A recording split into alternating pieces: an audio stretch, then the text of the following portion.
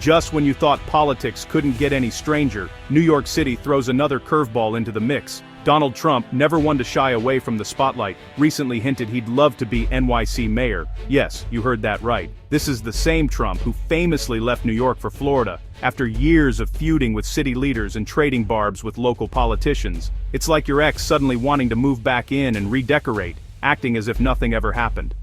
The comment came after a surprise meeting with New York's new mayor-elect, Zohran Mamdani, a democratic socialist who campaigned against everything Trump stands for and who represents a new era for the city. The world expected fireworks, a clash of titans, but instead, we got civility. A lion and a gazelle discussing the price of grass, at least for now. Trump's history with New York is complicated. The city built his brand, shaped his persona, but also rejected him politically and socially in recent years.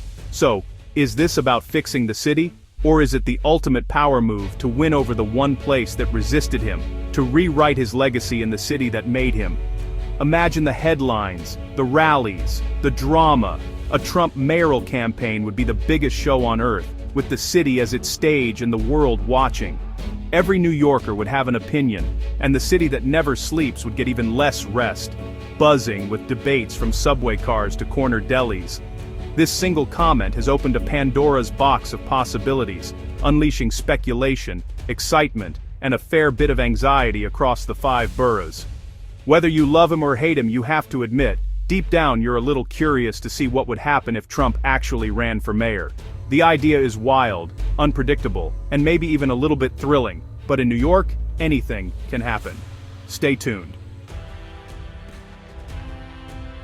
The drama began on November 21, 2025, in the Oval Office. President Trump and Mayor-elect Mamdani, two political opposites, sat down for a meeting everyone expected to explode. Mamdani, the progressive who toppled the establishment, was meeting the man he'd called a fascist. Trump had threatened to cut off federal funding if Mamdani won. Mamdani had painted Trump as the villain of his campaign.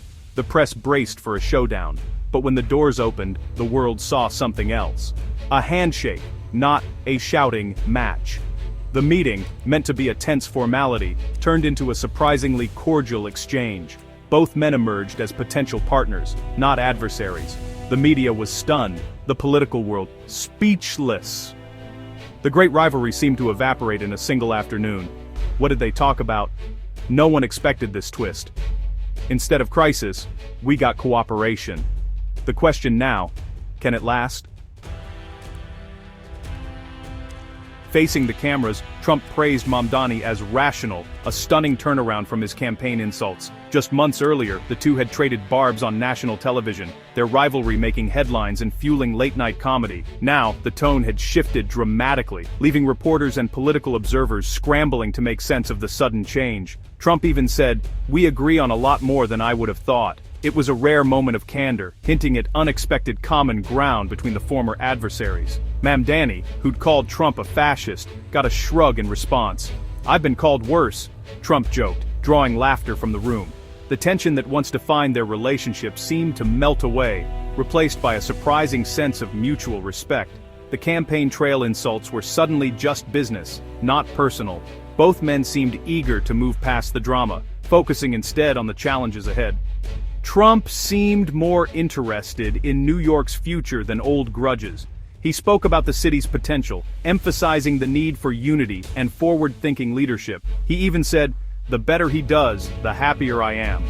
It was a statement that caught many off guard, signaling a willingness to support his former rival for the greater good. Most shocking, Trump walked back his threat to withhold federal funding, promising instead to help the city. This reversal marked a major shift in his approach, and it didn't go unnoticed. This was a huge win for Mamdani before he even took office. The new mayor's supporters celebrated, hopeful that cooperation could bring real change. The meeting signaled a public ceasefire, two pragmatists putting aside differences for the city's sake. Their handshake was more than symbolic, it was a promise to work together. Are they best friends? Hardly. Their history is too complicated for that. But they know endless war would hurt New Yorkers. The city's residents, weary of political infighting, watched with cautious optimism. The feud was over, at least for now. Both leaders seemed to understand the stakes were bigger than their personal rivalry. a strange new alliance was born. It was an alliance built not on friendship, but on necessity and shared responsibility. Politics makes for odd bedfellows, and this was the oddest yet. The city watched, stunned, as two former enemies joined forces in the public eye. What comes next is anyone's guess, but for now, New York has a chance at a fresh start. What united Trump and Mamdani? New York City itself. Both love the city. Trump built his empire there. Mamdani fights for its working class. Their conversation zeroed in on real issues: affordability and public safety. How can anyone afford to live in New York? Rents, groceries, even a subway ride are out of reach for many. Both agreed. Fixing affordability is job one. On public safety, they found more common ground. Both want safer streets. Trump even praised Mamdani's choice to keep Jessica Tisch as police commissioner, a rare bipartisan nod. By focusing on practical issues, they sidestepped ideological battles. The meeting became a working session, not a war. Even bitter rivals can agree when 8 million lives are at stake. The top issue: New York's crushing cost of living. Mamdani pointed out that 1 in 5 New Yorkers can't afford a subway fare. Trump listened. This wasn't about luxury, but survival. They agreed to target high energy costs, pressuring Con Edison to pass savings to consumers. Both sides found a common enemy in big corporations. The affordability crisis goes beyond bills. Rent, groceries, and stagnant wages threaten the city's promise. Trump, the developer, and Mamdani, the advocate, both want to restore opportunity. Agreeing on the problem is easy, solutions are harder. How do you lower rent or grocery prices without unintended fallout? Still, a Republican president and a socialist mayor working together is a big step. Their commitment to real savings for New Yorkers is a rare message of unity. The city is watching. Can they deliver? Time will tell. If Trump became mayor, expect a dramatic law and order shift. More police, tougher enforcement, and daily press conferences would become the norm. Trump would use social media to rally supporters and call out critics, turning every policy debate into a spectacle. He'd be likely to give the NYPD whatever it wants, but his praise for keeping Commissioner Tisch hints at some flexibility. For some, a tougher police force would mean more security. For others, it would spark fears of over-policing. The debate over public safety would intensify, with Trump at the center. Life under Mayor Trump would be louder, more confrontational, and defined by a relentless focus on toughness. The city would feel very different. Some would cheer, others would protest. Trump's style, hands-on, headline-grabbing, and always controversial. New York would never be the same. The only guarantee, it wouldn't be boring. News of the Trump-Mamdani summit and Trump's mayoral hint hit New York like a shockwave. Governor Hochul played it safe, welcoming Trump's commitment but keeping her distance. Attorney General Letitia James praised Mamdani, ignoring Trump entirely, a masterclass in political shade. Old rivalries die hard in New York politics. On the right, Congresswoman Elise Stefanik attacked Mamdani with inflammatory rhetoric, showing deep divisions remain. While Trump and Mamdani tried to build bridges, others tried to burn them. The public reaction? Explosive. Some were horrified at the idea of Mayor Trump. Others were thrilled. Many were just confused. A socialist and a billionaire working together? It felt like a satirical TV plot. The city buzzed with excitement, dread, and disbelief. One thing was certain: no one was bored. In New York, drama is always guaranteed.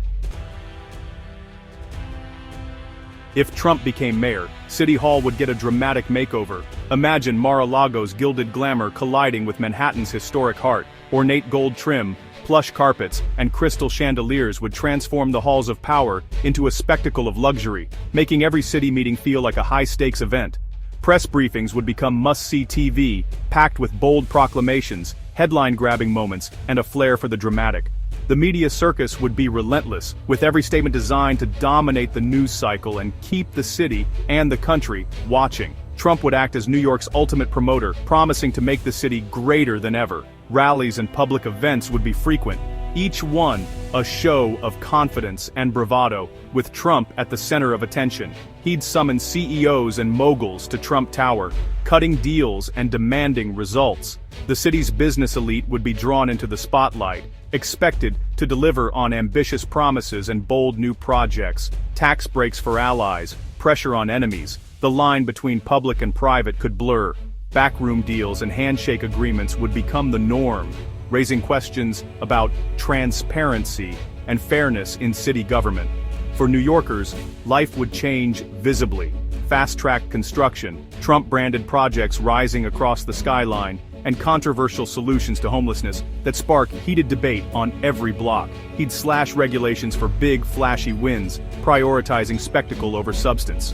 Meanwhile, the daily grind of city management, schools, transit, and services might take a backseat to headline-grabbing projects, but Trump would face fierce opposition from the city council, activists, and the press. Every decision would be scrutinized, every policy challenged, fueling constant tension at City Hall.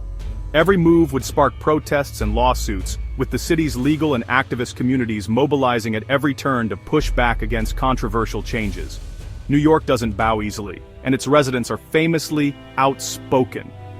From community board meetings to street rallies, voices would rise in passionate debate over the city's future. A Trump mayoralty would be a daily battle, a war of wills between the man in charge and the city he's trying to lead, with every day bringing new challenges and confrontations. Chaotic, unpredictable, and exhausting for all, New York under Trump would be a city in constant motion, never far from the next headline or controversy. Can a Trump-Mamdani partnership really work? Their ideologies are worlds apart. Trump is a capitalist, Mamdani, a democratic socialist. Finding common ground is like finding a parking spot in Midtown, nearly impossible. But their first meeting showed they share one thing: pragmatism. Trump wants a thriving city. Mamdani needs federal support. Their political survival depends on cooperation. Imagine Trump launching big projects while Mamdani fights for union jobs and social programs. The city would become a laboratory for left-right politics forced to coexist. Success depends on whether their love for New York outweighs their differences. In the end, it's the most New York story of all. Two opposites, figuring out how to live together in the world's greatest, craziest city.